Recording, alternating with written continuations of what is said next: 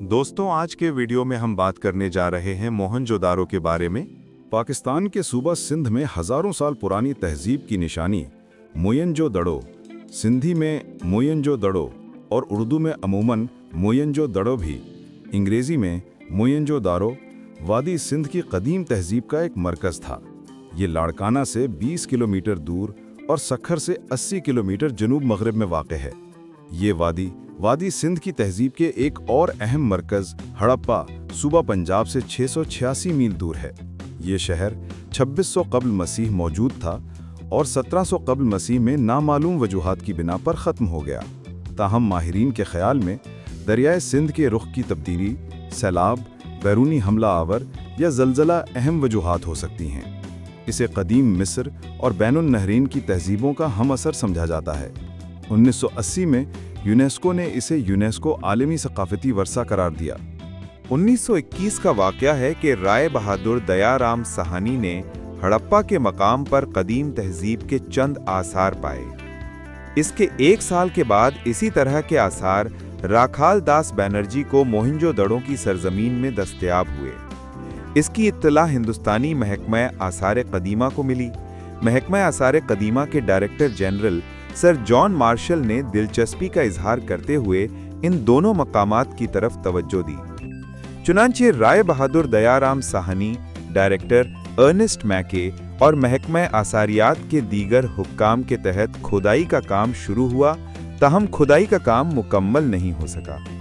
वादी सिंध की तहजीब की बेनकाबी और तशरीह शायद 20वीं सदी का अजीम तरीन असरियाती वाक़या है, क्योंकि इस तहजीब की वसत और मानवियत को 1922 में मोहनजोदड़ो की खोदाई से पहले समझा ही न जा सका।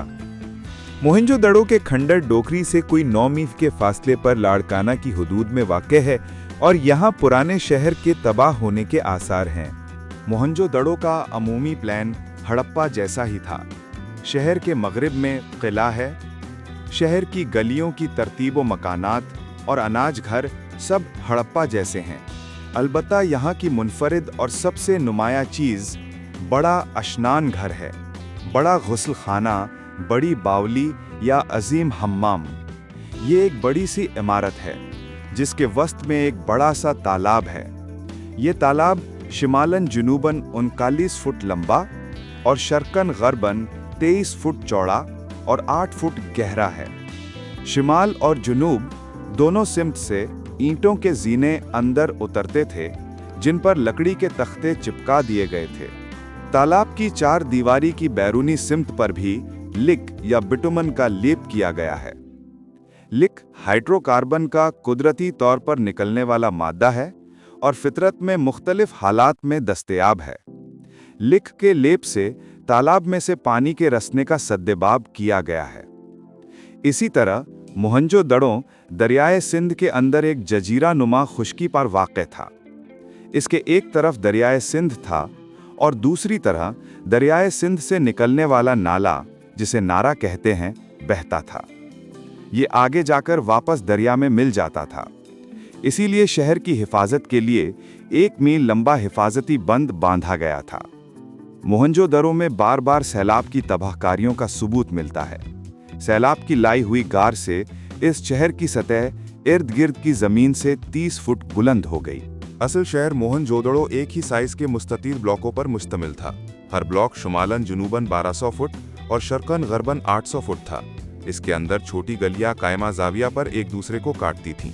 इस तरह के 6-7 ब्लॉक अब तक खोद कर निकाले गए हैं। अगर खुदाई मुकम्मल कर ली जाए तो शायद 1 मील का पूरा शहर बरामद हो जाए, जिसमें 12 रिहायशी ब्लॉक होंगे। कला मगरिबी जानिब का मरकजी ब्लॉक होगा। बड़ी गलियां 30 फुट चौड़ी हैं। छोटी गलियां कहीं कहीं से खमीदा कर दी गई हैं ताकि आंधी की सूरत में गलियों में हवा का जोर टूट जाए। ये उमूमन 5 से 10 फुट चौड़ी हैं। घरों के दरवाजे बड़ी गलियों या गुजरगाहों में नहीं खुलते थे, बल्कि बगल बंद गलियों में खुलते थे। खिड़कियों का रिवाज ना होने के बराबर था। कहीं कहीं खिड़कियां थीं तो उनमें पुख्ता जालियां लगाकर उसमें से हाथ पांव या सर निकालने का रास्ता बंद कर दिया गया था। बालाई तबकात की औरतें किसी किस्म के पर्दे की पाबंद होंगी। घर की चादर और 4 दीवारी में मकैयद रहती होंगी। वादी सिंध के बहुत से सरबस्ता राजों में से सबसे दिलचस्प राज वादी सिंध का रस्मुल खत है। इसे पढ़ने की कोशिशें दुनिया भर के माहिरीन ने की हैं, लेकिन खातिर खा कामयाबी नहीं हुई। वादी सिंध की कुल तहरीरें 5000 से भी ज्यादा हैं, जो मुख्तलिफ मोहरों, टिकियों और बर्तनों पर सब्त हैं। इनमें से बाज़ इबारतें दोहराई गई हैं। इस एतबार से कुल इबारतें 1500 हैं। इन इबारतों में बुनियादी अलामात 396 हैं, जो अपने ज़माने के एतबार से खासी मुख्तसर हैं और ज़बान के तरक्की याफ्ता होने का सबूत भी हैं। इस रस्मुल ख़त को पढ़ने में सबसे बड़ी रुकावट तो ये है कि दस्तयाब इबारतें निहायत मुख्तसर हैं।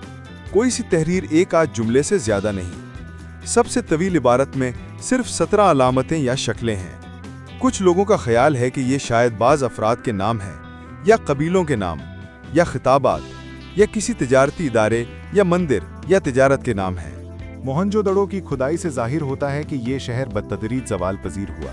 बारहा ये शहर सैलाब से तबाह हुआ और हर बार जब नई तामीरात हुईं तो उनका मयार पहले से बहुत पस्त था।